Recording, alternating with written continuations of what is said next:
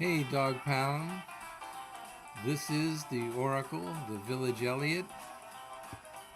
I want to get a little philosophical today and ask you what you're thankful for um, in life in general, but specifically about sports and the Cleveland Browns. I feel very thankful this season because the Cleveland Browns are perhaps having their finest hour. This may not be their best team ever, but it's one of their best records that they've had in many, many years. And it's their best effort that they've ever had. What they've done on defense just surpasses all expectations. It's just really, really an incredible thing.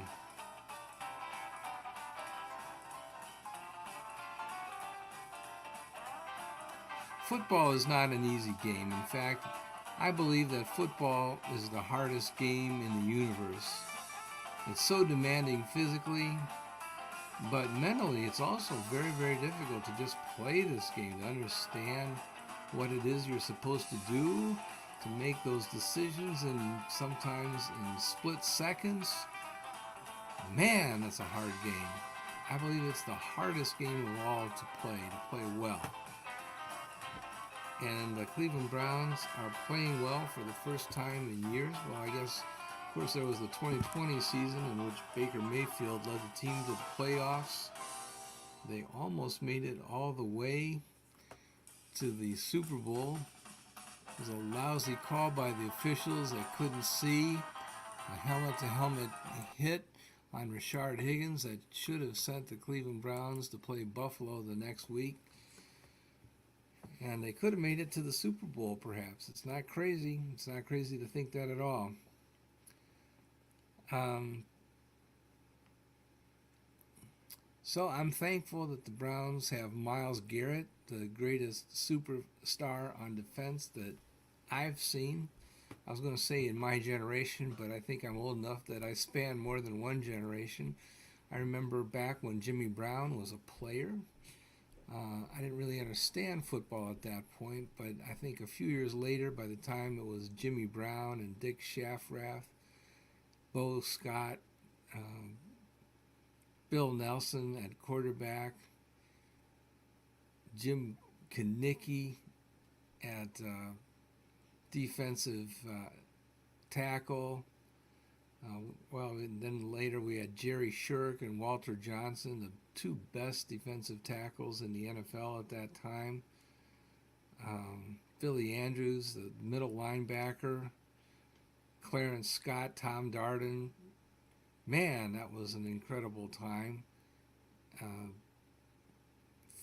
Football is the hardest game in the world. It's the most exciting game for me, and I think a lot of people in the Cleveland area feel the same way. Cleveland football was where it all began, or at least in Northeast Ohio at the Canton Bulldogs. Jim Thorpe was our big running back in Northeast Ohio. He also performed a year in Cleveland. Don't forget that. Jim Thorpe was a former Cleveland Indian. That was the name of the football team.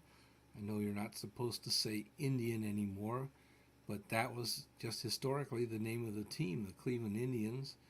And then he moved on to a team called the Oorang Indians that was based in a small town near Marion, Ohio. And Oorang was actually not an Indian name. It sounds like it was, but it was actually the name of a breed of dogs that the owner of the team attempted to sell at halftime.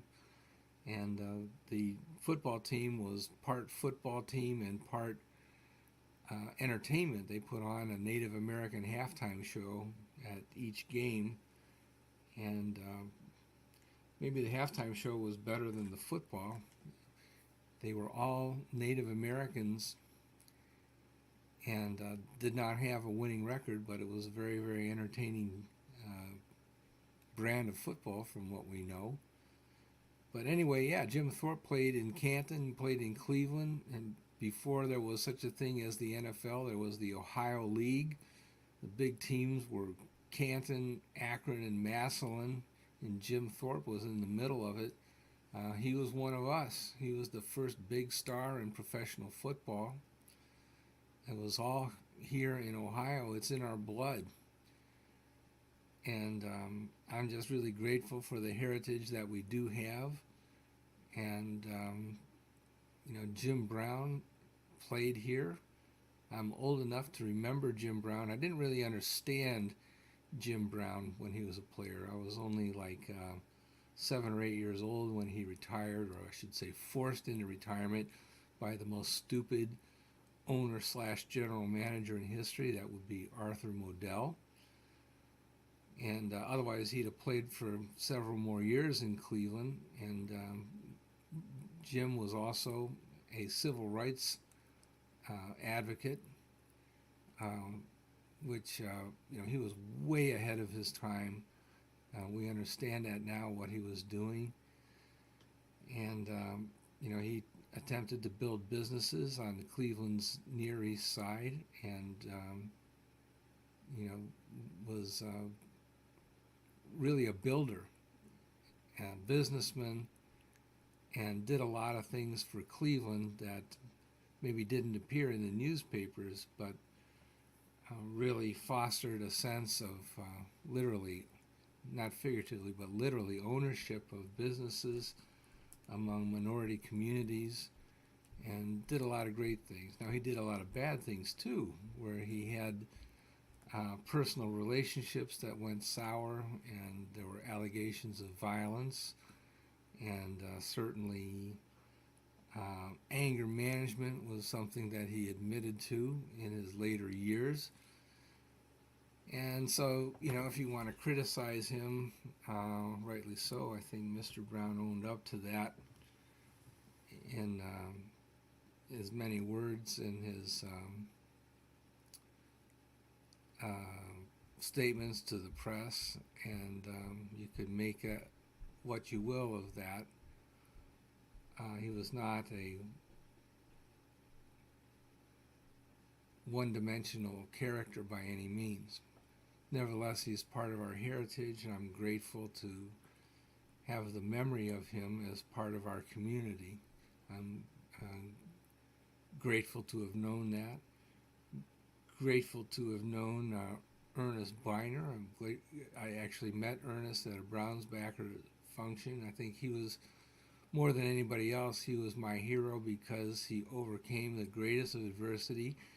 A lot of people remember him for fumbling at a game that most Browns fans thought that we would have won, and then easily won the Super Bowl against the Dallas Cowboys at the following 2 weeks.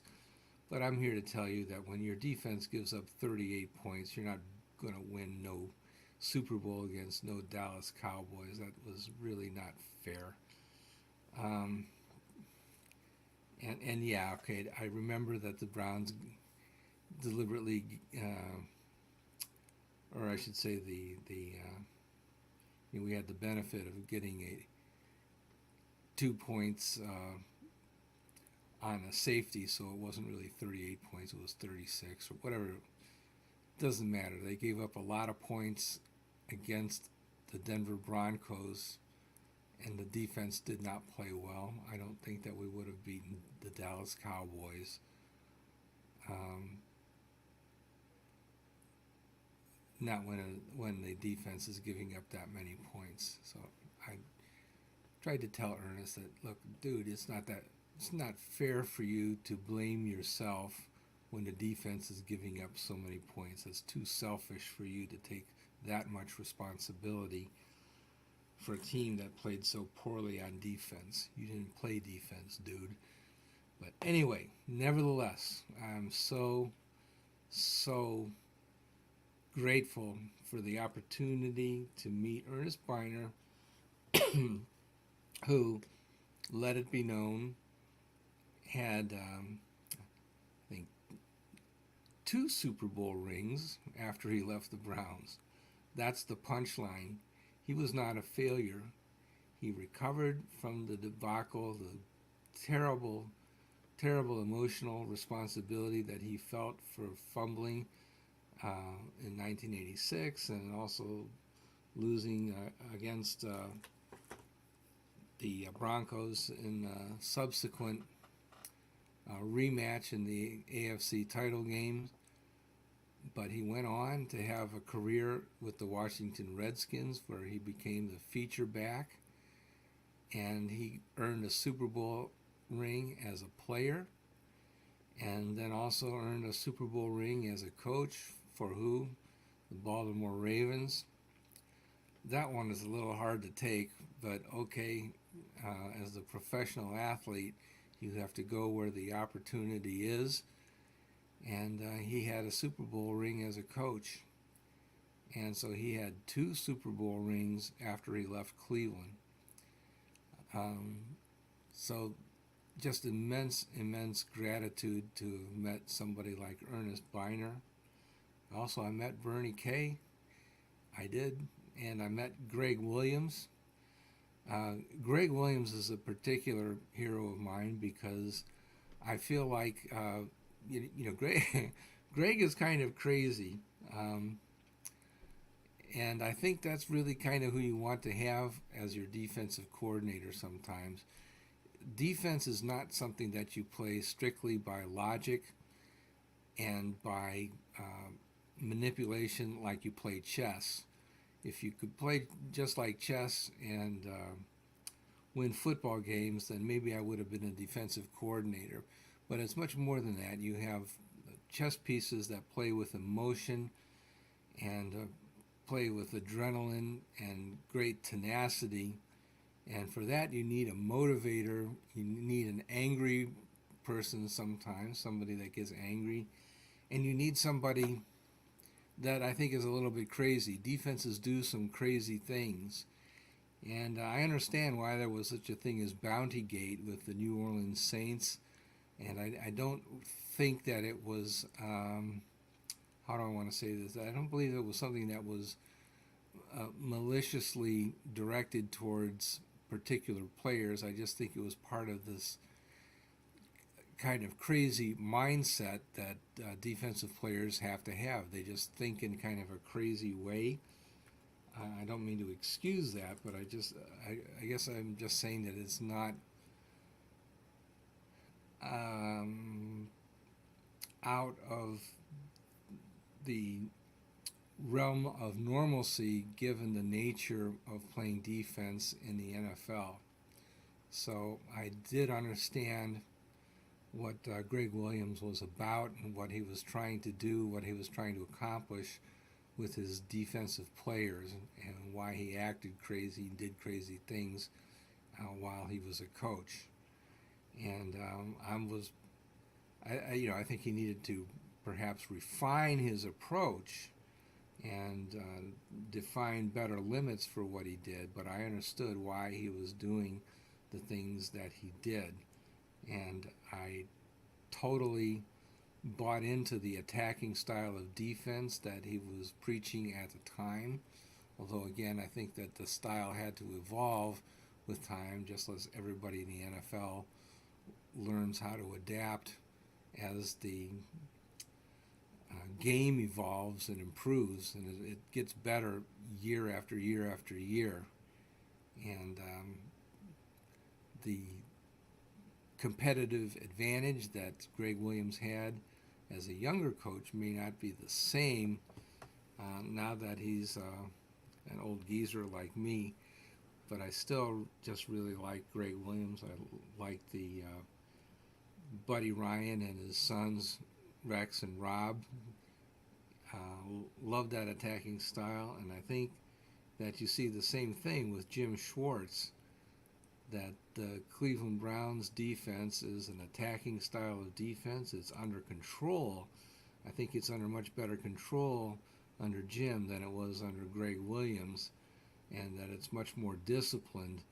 And but you're seeing really an excellent style of defense, unlike anything that we've ever seen before in Cleveland. I'm very, very grateful to have Jim Schwartz on the coaching staff in Cleveland. This is the best team that we've ever seen since the new Browns were restarted in 1999.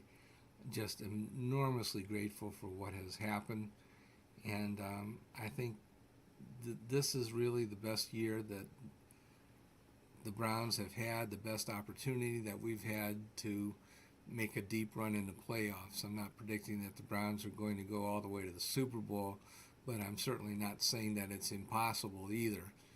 Football is not about setting self-imposed limits on your achievements.